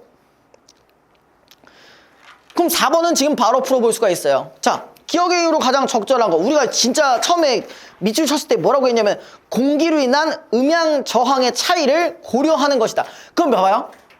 젤을 발랐다는 얘기는 공기의 저항을 더 높이기 위함이야? 더 낮추기 위함이야? 그쵸? 공기가 들어갈 틈을 안 주겠다는 얘기죠. 그럼 그건 바로 정답을 선택할 수가 있죠. 몇 번? 3번이지. 이렇게 풀면 돼요. 진짜 어려운 게 없잖아. 근데 풀 때는 항상 뭐 제가 매번 이유를 옆에 있는데 여러분들이 보고 있는데 여러분들은 쟤를 못 보네요. 나는 오렌지를 보고 싶은데 오렌지는 날 못 봐. 자, 아무튼요 요거 어디를 해보냐 3번이랑 5번 6번만 할게요. 3, 5, 6번만 하겠습니다.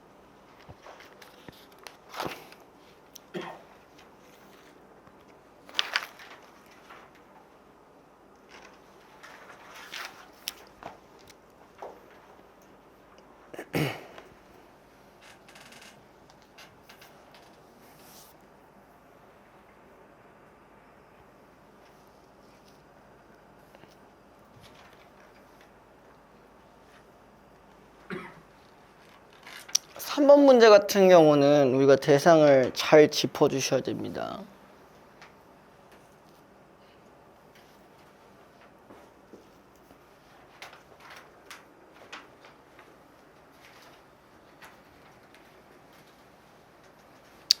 어우, 5번은 심각한 현상들이 많네요. 지방간이라니, 피가 섞인 소변이라니. 저거 진짜 큰일 납니다.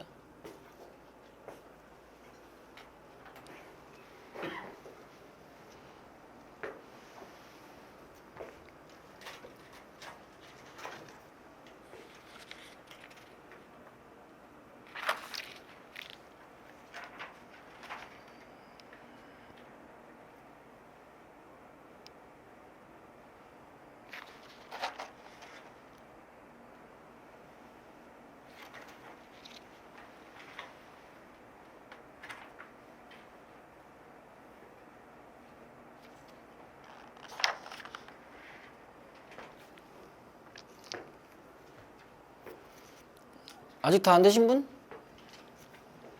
다 되셨어요? 자, 3번 볼게요. 얘는 어쨌든 표를 봤으면 쉽게 맞출 수 있었던 문제였습니다. 그쵸? 자, 기억. 근육과 뼈의 경계면에서보다 지방과 근육의 경계면에서 반사되는 초음파의 세기가 더 작겠다. 지방 근육 몇이에요? 표 보면 0.1이고요. 근육뼈는 0.64입니다. 그럼 지방 쪽이 더 작겠다는 말이 맞는 말이겠네요. 그쵸? 자, 나 여기서 1번 했다, 손. 한 분, 두 분, 세 분, 끝? 그 나머지는 다른 선질, 네 분 또 이제 없어요? 그럼 기억은 일단 많은데, 그럼 여러분들이 뭐야? 그럼 4번 하신 분 손? 어우, 4번 꽤 있으시네요. 그죠? 어우, 이거 정답률이 상당히, 내리셔도 됩니다. 정답률이 상당히 낮네요. 1번이 정답입니다. 자, 이제 디귿을 조져봐야겠네요. 니귿은 확실히 아니라고 생각하셨으니까. 자, 초음파가 조직의 경계면에 수직, 자, 이거 어떻게 봐야 돼요? 수직으로 입사한 경우를 기준으로 했을 때.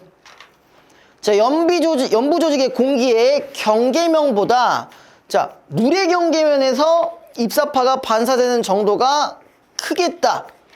자, 연부 조직과 물, 공기 이렇게 다 있네요. 그죠? 그러면 이거는 연부 조직 공기가 0.99이라고 돼 있네요. 근데 물의 경계면에서 반사되는 정도가 크다고요? 물은 0.05밖에 안 되는데?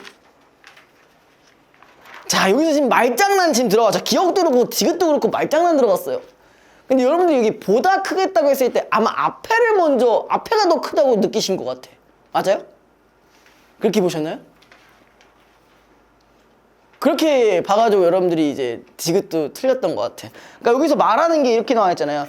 연부 조직의 조직과 경계면보다 물의 경계면에서 반사가 더 크다라고 돼 있으니까 제가 아까 얘기했잖아요. 대상을 잘 잡아주시라고.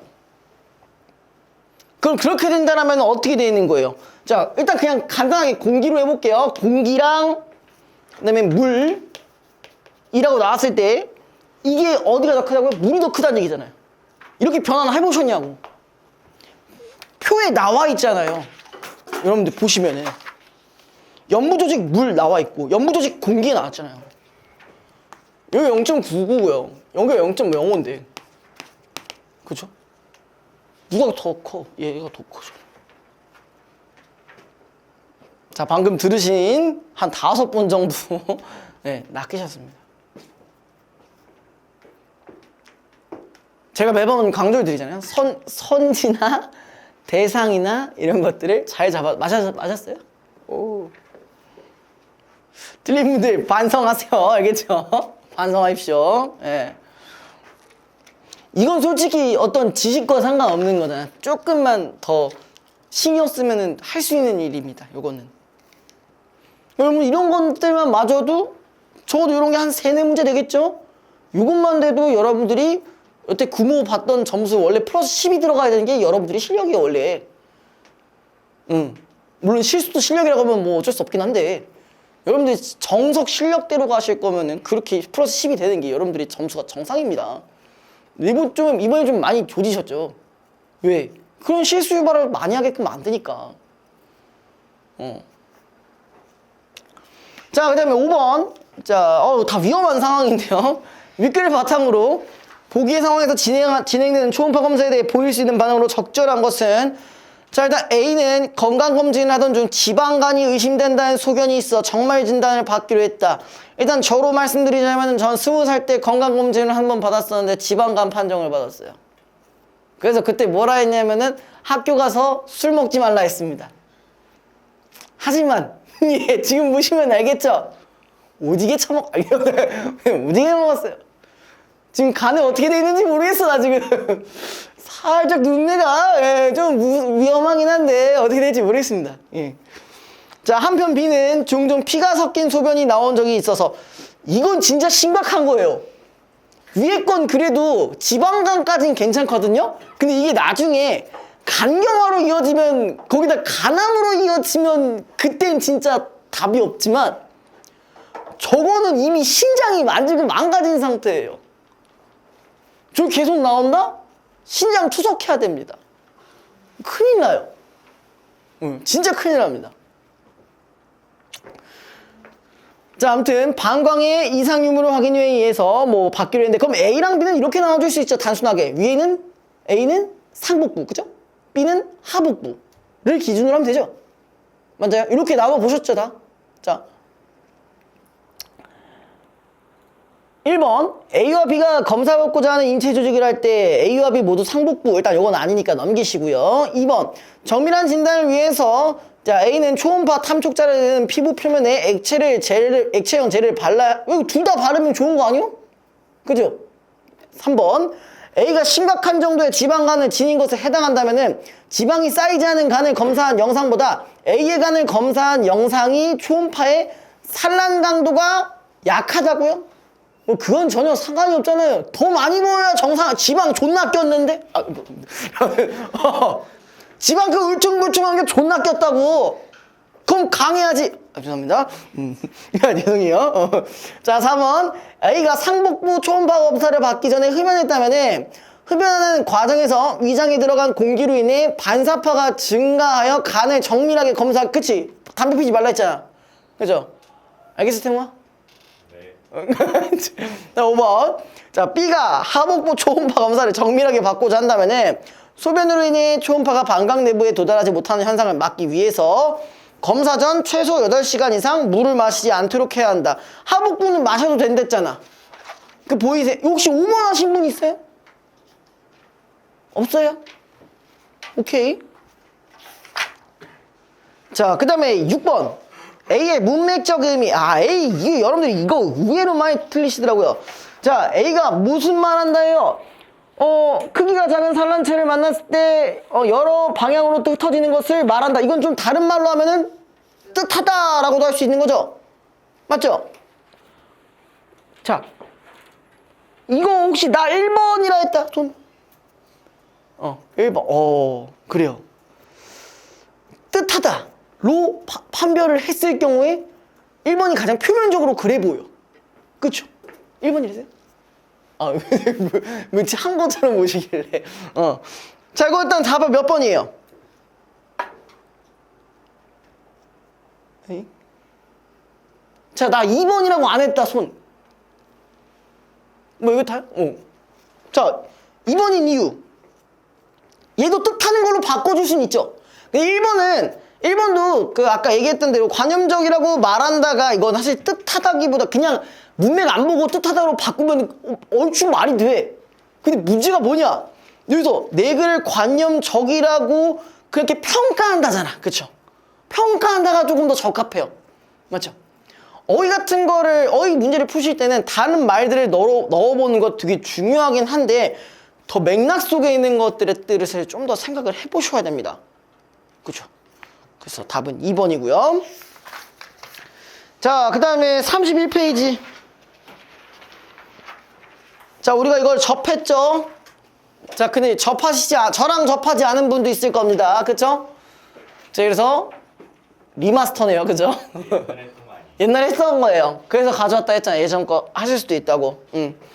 제가 아까도 얘기했지만 서책 관련해서 서책 관련해 수능 때 인문 서책과 관련한 내용이 나올 수 있다라는 판단 하에 그리고 6모, 9모 때 안 나온 것들 중에서 선정해서 갖고 온 거예요. 그래서 비문학은 이제 이번 주차부터 계속 테마 형식으로 들어갈 겁니다. 아까 비문학 그 엑스레이 초음파가 마지막이었어요. 수특 마지막이었어요.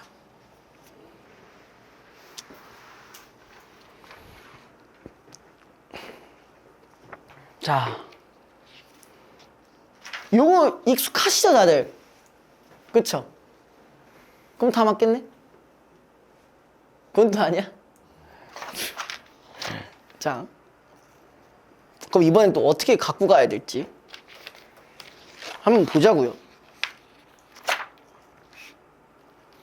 요건 그래도 어느 정도 아신다고 생각을 하니까 간단하게 하고 넘어가겠습니다.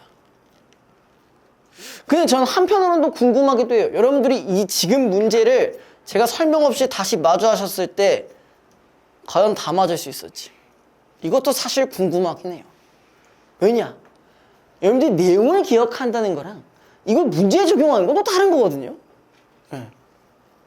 좀 고민이긴 한데 그냥 제가 할게요. 제가 하는 게 더 낫겠지. 그래야 여러분들 좀 이제 약간 심적으로 좀 안심이 되시지 않아요? 좀 심적으로 안정감 되잖아요. 그죠?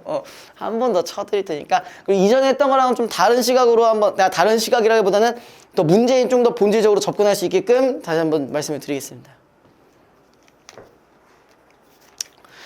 자, 동양의 전통적인 역사 편찬 관행은 한 왕조가 멸망하면 다음에 이루어진 왕조가 이전 왕조의 역사를 편찬하는 것이었다. 자, 그럼 일단은 뭐 원래 역사 편찬은 저렇게 했었다는 거죠. 그렇죠? 더 얘기는 안 할게요. 중국에서는 이런 관행이 일찍부터 이루어졌으며 우리나라에서도 고려 제4대 왕인 광종 때에 이러한 역사 편찬 관행에 따라 고구려, 백제, 신라 삼국의 역사서가 편찬되었다. 이 역사서를 김부식의 삼국사기와 구별하기 위해 구삼국사라고 부른다. 지금 이런 식으로 책이 나와 있는 주제가 들어갔다. 그러면은 책들에 대한 설명들이 여러 가지가 나올 거예요. 걔네들의 특성이 뭔지 혹은 비교할 점이 뭔지 그걸 기준으로 확인을 해보셔야 됩니다.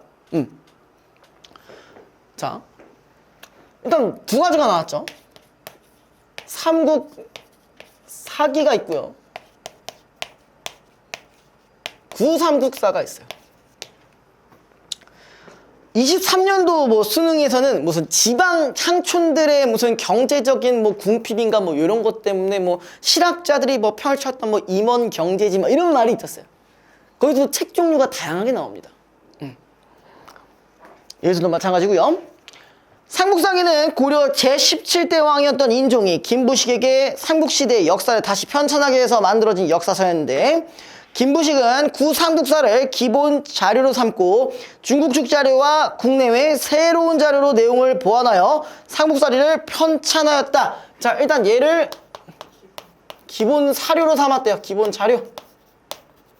일단 이걸로 삼았대. 그 다음에 김부식이 기존의 역사서가 있는 상황에서 새로운 역사서를 편찬하는 것은 이거는 기억나겠죠? 고려의 대내외적 상황과 관련지어 이어볼 수 있다. 자, 그러면 얘는 내부적인 이유 있고 외부적인 이유가 있다는 거 여러분들이 이렇게 구조화는 시켜주셔야 돼요.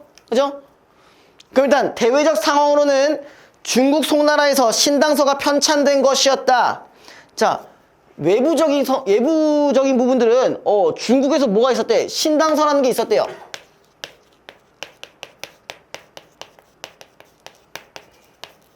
이게 어디까지 파생이 되는지를 봐야 돼요. 자, 이 역사서는 역사 편찬 관행에 따라 편찬된 역사서인 구당서를 새로 편찬한 것이었는데 이것이 하나의 선례가 되어 삼국사기 편찬이 이루어질 수 있었다. 그러니까 뭐야, 이 신단서 편찬하는 것 자체가 새로운 편찬을 했기 때문에, 그치? 그렇기 때문에 얘네도 똑같이 하자는 거잖아요. 그치? 이게 대세기 때문에, 그죠? 특히 신당서는 고문체로 서술되어 사륙 변려문체로 서술되었다. 자, 여기서 갖고 가야 될 거 뭐야? 고문체 동그라미, 사륙 변려문체 동그라미 쳐주시고요. 이 둘이 비교점이죠. 여러분들이 비교점을 하실 때 뭐 예를 들어서 신당설을 표현한다 했을 때 이렇게 해주시고 딴 데를 이렇게 해주시면 좀 더 편하겠죠. 물론 이것도 여러분들이 방법이 이미 갖춰져 있다면 사실 여러분들의 마음대로 쓰셔도 상관은 없습니다. 자, 아무튼 요 기존의 역사서와는 차이가 있었는데 공자와 맹자가 쓴 문체인 고문체는 비슷한 의미를 가지는 글자, 자 거기 글자의 진북 사용을 피했대요. 그럼 고문체 부분, 요 부분을 우리가 고문체라고 했을 때 중북이 많이 없다는 얘기죠? 중북 많이 없어요. 그렇기 때문에 논리적으로 내용을 서술하기에 적합하며 문장이 관리했고 간격했고 대충 이렇게만 가져가 보자고요. 특징을. 그 다음에 사력 변려 문체는 문장이 장중하고 화려했다. 쓰잘데기 없이 이거 하고 요 옆에 놔둘게요. 뭐 어디다 둬도 상관은 없습니다. 사실. 자, 그 다음에 김부식은 당송대에 일어난 고문체 부활 운동의 풍조에 따라 고문체의 수용을 주장했고 역사의 기록도 고문체의 문장으로 서술되어야 한다는 생각을 했던 것으로 보인다. 이는 김부식이 삼국사기를 인중에 받치면서 올린 진삼국사기표에서 확인할 수 있는데 여기서 그는 구삼국사로 추정되는 고기의 기록이 거기 동그라미 거칠고 졸렬하다고 하여 고기의 문체가 가지고 있는 문제점을 지적했는데 삼국사기가 고문체로 서술된 것은 문체에 대한 그의 생각과 지적이 반영된 것으로 볼 수 있다. 그러니까 얘는 구삼국사 부분이 뭐라고 했어요? 거칠고 졸렬하다는 말을 했기 때문에 바꿨다는 얘기죠. 그럼 여기는 정확히 얘랑 구삼국사랑 그 구당서랑 연결이 가능할 거고 삼국사기는 신당서랑 연결이 가능하겠네요. 그죠? 자, 대내적 상황으로는 고려의 정치 체계와 그 다음에 정치적 상황이라고 돼 있어요. 내부적인 거니까 말 그대로 고려와 관련된 얘기겠잖아요. 그죠? 상황이나 체계랑 관련된 것들. 고려는 유교 사상을 바탕으로 왕을 정점으로 하는 통치체제를 구축하고 유지했었다.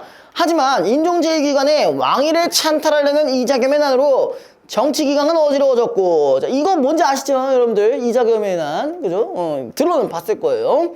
자, 또 있어. 또 그지같이 풍시지리설에 의거하여 서경천도를 주장했던 묘청 세력과 이에 반대하는 정치 세력 간의 과틈으로 묘청의 난까지 일어나면서 고려의 정치 체제가 흔들렸다. 그럼 고려의 정치 체제랑 체계가 아니라 체제였네요.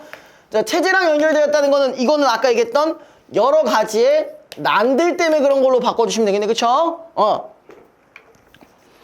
이 두 개의 정변을 경험한 김부식은 합리적이면서 도덕성을 추구하는, 자, 거기 또 하나 유교적 역사관을 바탕을 두고, 그럼 삼국사기란 얘기는 여기서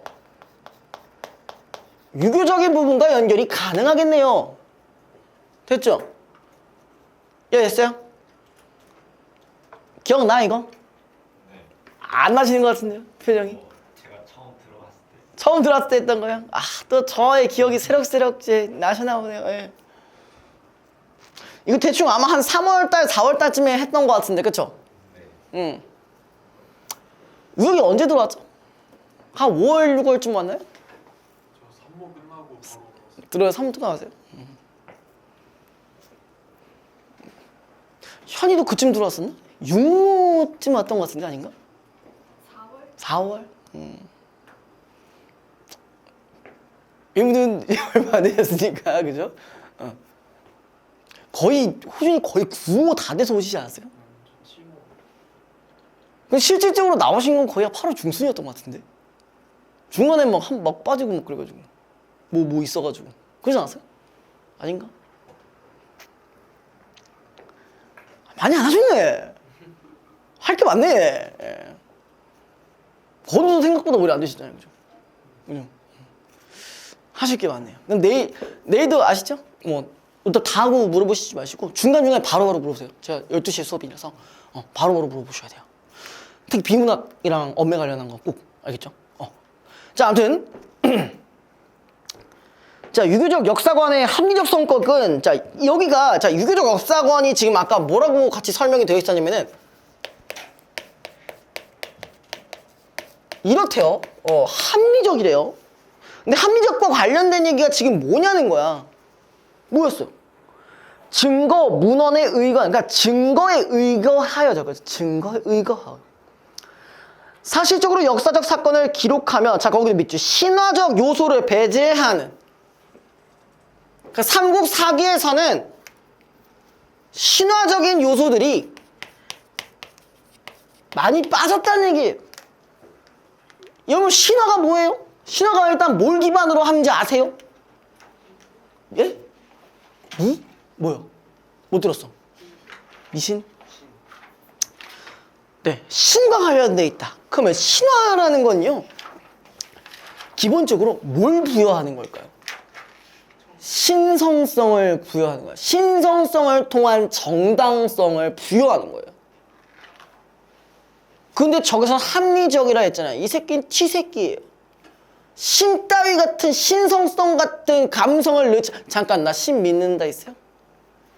아, 죄송합니다. 어디 쪽이시죠? 죄송합니다.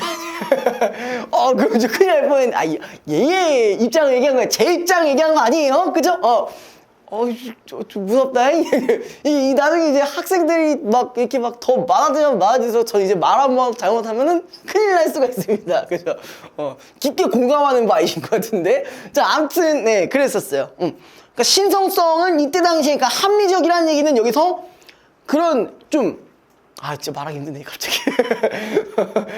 신성성을 배제. 여기에서 신성성이 알겠죠? 건국 신화에 대한 신성성. 예. 그러니까 그런 거를 이제 배제했다는 얘기입니다. 예. 도덕적 성격은, 자, 이거 잘 생각해야 돼요. 아까 합리적은 증거문헌. 그럼 도덕적 성격은 어떤 거야? 역사적 사실을 통해, 자, 옆에 더 볼 거 없이 유교적 윤리 동그라미, 교훈 동그라미. 그러면은 합리적은 증거를 기반을 했다. 그 다음에 이거 조금 파생을 좀 시켜볼게요. 도덕적이라는 거는 윤리와 교훈을 줄 수 있다는 거. 됐죠? 더 간단하게 나눴어요. 자, 그 다음에 결국 삼국사기의 편찬은 고려의 정치 체계를 유교 사상에 따라 다시 정비하여 당대의 정치 체제가 거기 동안에 유지되기를 의도한 것이다. 그럼 얘는 유지를 위한 거였어요. 정치 체계를 유지.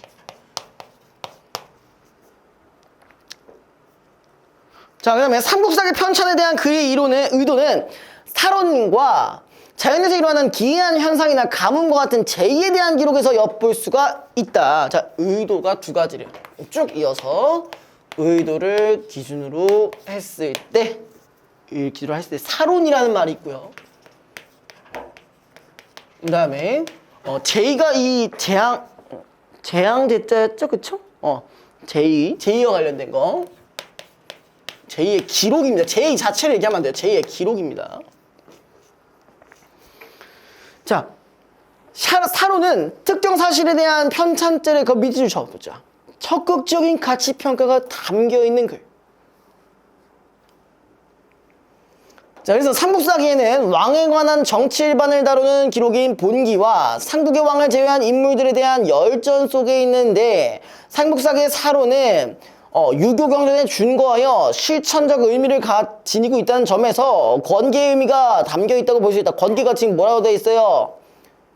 권유하고 훈계하는 거예요. 정확히 말하면 여기서 그러니까 뭐야, 잘못함이 없도록 타일러 주의시킨다 되어 있어요. 자, 근데 지금 일단 사론 부분에서는요, 권계라는 말이 있었어요. 권계. 근데 여기서 연결점이 하나 있지 않을까요? 도덕적인 측면과 연결 가능하죠, 사론은? 그쵸? 연결되세요? 권계라고 했잖아요, 그죠? 자, 그 다음에 한편 제2에 대한 기록은 천문지나 오행지에 별도로 정리한 중국과 달리 삼국사기에는 본기에 담겨 있다. 그럼 이거 잠깐만 거슬리네요? 그쵸? 자, 본기에 자, 왕에 대한 말도 있었고요. 또 뭐도 있었어요, 지금? 제2에 대한 기록도 같이 있네요. 그죠?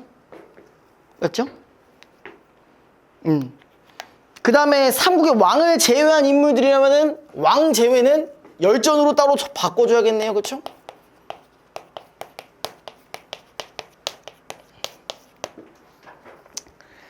자, 그 다음에 본기의 제2가 기록된 것은 김부식이 유교 사상의 여러 입장 중 거기 밑줄 천인감흥설을 적극적으로 반영한 결과이다. 천인감흥설은 기후 등 자연현상을 포함한 하늘과 인간 사회의 일은 불가분의 관계이고, 이 불가분이라는 게 뭐예요? 그쵸? 그러니까 뭐야? 연결이 된다는 얘기죠. 이러한 점에서 군주의 올바르지 않은 행위에 따라 하늘은 제1을 통해 경고한다고 본다. 따라서 삼국사의 편찬에 정치적 의도를 고려하면은 김부식의 제2는 중요할 수밖에 없었다. 자, 제가 만약에 출제자라면요, 이거 넣어볼 수 있을 것 같아요. 편찬의 정치적 의도를 고려하면 김부식에게 제2는 중요할 수밖에 없었다. 전 김부식에게 제2는 중요할 수 없었다를 기억으로 설정할 것 같아요. 왜 중요한지에 대한 이유가 나와 있잖아요. 그쵸? 뭐예요? 정확히 유교적인 질서를 유지하는 거잖아. 맞죠? 그렇게 갖고 왔어야죠. 자, 김부식은 진삼국 사기표에서 인종 때의 지식인 계층이 중국 역사에서는 해박하나 삼국의 역사에 대해서는 그 전말을 알지 못한다고 지적하였다. 따라서 삼국사기 편찬은 이런 당대의 지식인들에게 삼국의 역사를 읽도록 만들었는데, 삼국사기를 읽은 지식인 중에는 삼국사기의 사료 수집이 주로 관청, 거기 동그라미, 관청 동그라미, 정부의 자료 동그라미, 그다음에 사료 수집이 부족하다는 인식을 가진 사람도 있고, 이교보와 같이 삼국의 역사를 재인식하는 사람도 생겨났다. 자, 이거요, 만약에 제가 보기를 하나 더 던진다면은 내가 아마 옛날 수업 때도 이런 얘기를 했었던 것 같은데 너 기억나냐? 아, 저 본 거 기억한다며요. 다 기억하면 뭐, 뭔 얘기했어? 아니 그거까지 기억이 안 나. 아, 그래. 그런 얘기 안 해요. 자, 아까 이런 말 있었어요. 정부나 관청의 자료라고 했어요. 자, 이 여기에서 나오는 자료는 보통 어떤 자료예요? 공식적인 자료죠. 공식적이고 공적인 자료예요. 그리고 얘는 보통 편찬이 어떻게, 이런 자료들은 보통 편찬이 누구 위주냐? 누구 위주냐면요, 지배층을 위주로 하는 자료입니다. 그럼 여기서 내가 보기를 하나 설정한다면요, 이거랑 반대인 걸 하나 해볼 수 있을 것 같다 생각해요. 뭘까요? 공적인 자료가 아니라면 그건 뭐예요? 사적인 자료, 사적인 기록을 얘기하는 거예요. 자, 한번 가볼게요. 좀 확장을 해봅시다. 사적인 자료, 비공식적인 자료, 이거요, 이렇게 보면 워딩이 별로일 수 있지만 조금만 다르게 생각해 보면은 뭘로 변환할 수 있을 것 같아요?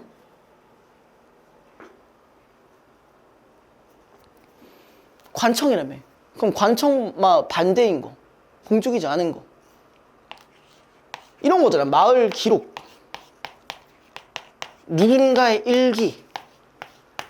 그럼 이거는 뭐의 삶에 더 가까워질 수 있냐? 그쵸, 민중들의 삶에 좀 더 가까워질 수 있죠. 방금 제가 무슨 설명을 드렸냐면 지배층이라는 설명을 드렸잖아요. 그럼 인중의 삶이란 얘기는 반대로 피지배층에 대한 얘기도 해볼 수 있다는 거죠. 그죠? 여기서 조금 더 있어 보이게 말씀을 드린다면요, 자, 보통 얘를요 이렇게 얘기합니다. 얘를요 거시적 관점이라고 하고요. 그리고 얘를, 그렇죠, 미시적 관점이라고 합니다. 어휴, 밖에 천둥 소리가 들리네요. 집 갈 때 힘드시겠어요?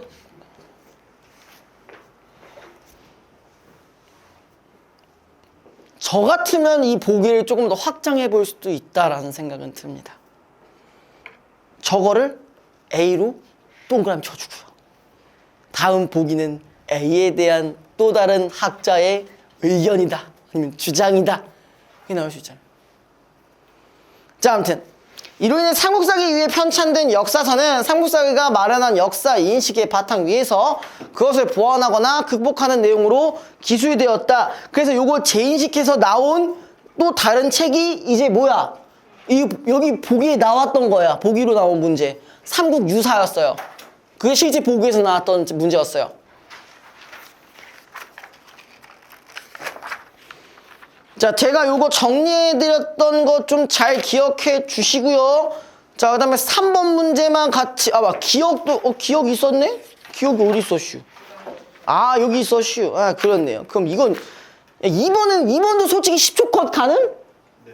가능하죠? 왜? 공문체로 한 건 왜? 간단하니까, 간결하니까. 그럼 몇 번? 10초 컷이라며. 간결한 거랑 비슷한 맥락이 하나 있을 텐데요. 3번이죠?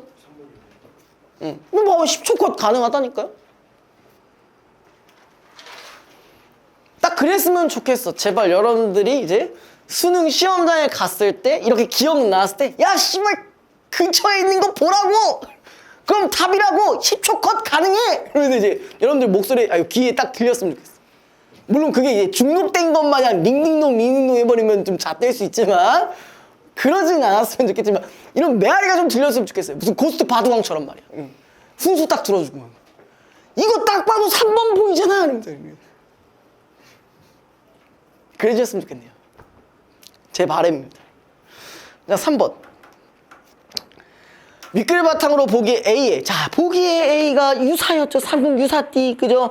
자, 근데 이제 삼국유사에 대한 갖고 갈 만한 정보만 딱 갖고 가보자고요. 자, 역사 및 불교에 관한 설화, 향가 등이 수록되어, 여러분들이 싫어하는 향가를 여기서 갖고 왔네요. 이 싸발놈들이. 그죠? 그래가지고 우리나라의 고대 문화 원형을 보여주고 있는데 이 책의 두드러진 특징은 신이한 이야기를 담고 있는 신화나 전설.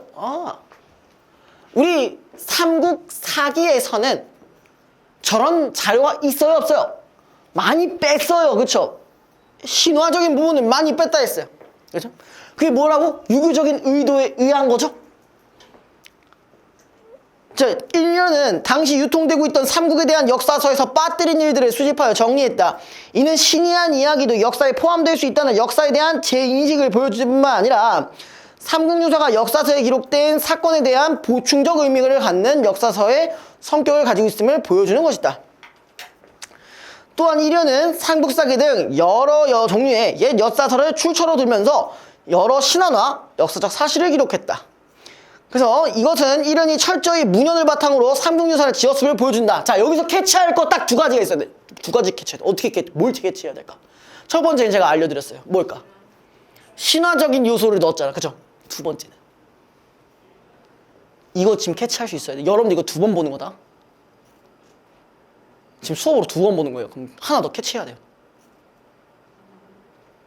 현이 뭔지 알 것 같아? 아시는 분 지금 빨리 대답. 없어? 이거 맞추시면 커피 하나 사줄 거예요. 다시 한번 말씀해 주세요. 싫어. 캐치했어? 지금 여기서 캐치해야 돼. 이렇게 커피 얻어먹을 사람이 없냐? 문헌을 바탕으로 한 거 맞아요. 역사서? 삼국사기의 특징과 공통점이잖아요. 근데 말했는데도 반응이 없어가지고 아닌 거 같아요. 다음에 사드릴게요. 미안해요. 4번. 응. 4번. 갑자기? 저 미안해. 내가 잘 못 들었어? 제가 늙어가지고 귀가 잘 안 들릴 때가 있어. 응. 태세는 전환하라고 있는 거잖아. 그쵸? 응. 죄송합니다. 다음 주에 제가 사드릴게요. 왔을 때 뭐 이런 음료 이런 거 갖고 오지 말고요. 저한테 얘기하세요. 그냥. 제가 그냥 바로 쌉 가능. 자, 아무튼 네. 자, 적절한 거. 자, 아까 4번이라고 하셨죠? 4번 한번 볼까요? A의 신화나 전설이 많이 수록되어 있는 것은 역사를 기록하는 것에 대한 김부식의 관점과 일련의 관점이 달랐음을 나타냈다. 그 다른 부분은 그거였고 공통적인 부분은 뭐였다고? 철저히 문헌을 통한 역사서 서술을 진행했다는 거예요. 여러분들 여기에서 끝날 게 아니라 그것까지도 가져가시면 좋겠죠. 자, 그 다음에 이거 4번 문제 같은 경우는 이것만 한번 분류하고 끝내보자. 가 같은 경우는 뭐에 대한 기록이야? 제에 대한 기록이죠, 그죠? 나 같은 경우는 뭐에 조금 더 가까워요? 에? 뭐라고요? 그 얘기랑 삼국유사 아니에요. 4번 얘기하는 거. 4번이 나요. 이거 그거였잖아.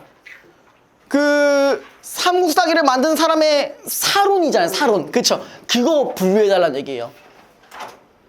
국어 문제 어렵게 생각하실 필요 없어요. 제일 크게 먼저 다가가 보자고요. 방금 같은 경우는 조금 세부적이긴 하지만 근데 여러분들 이거에 대한 내용을 어느 정도 알고 계셨다라면은 연결은 가능했을 거 아니에요.